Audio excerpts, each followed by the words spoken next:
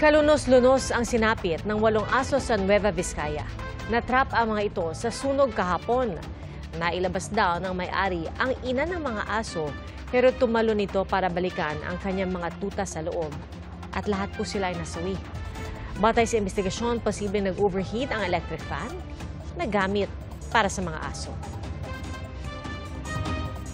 Sa Caloocan City, hinahanap naman kung sino ang nag-abandona sa 6 na aso sa tabi ng isang paaralan.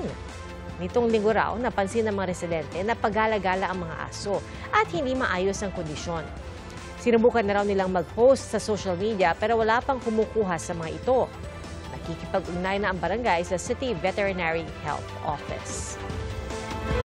Mga kapuso, maging una sa saksi. Mag-subscribe sa GMA Integrated News sa YouTube para sa iba't ibang balita.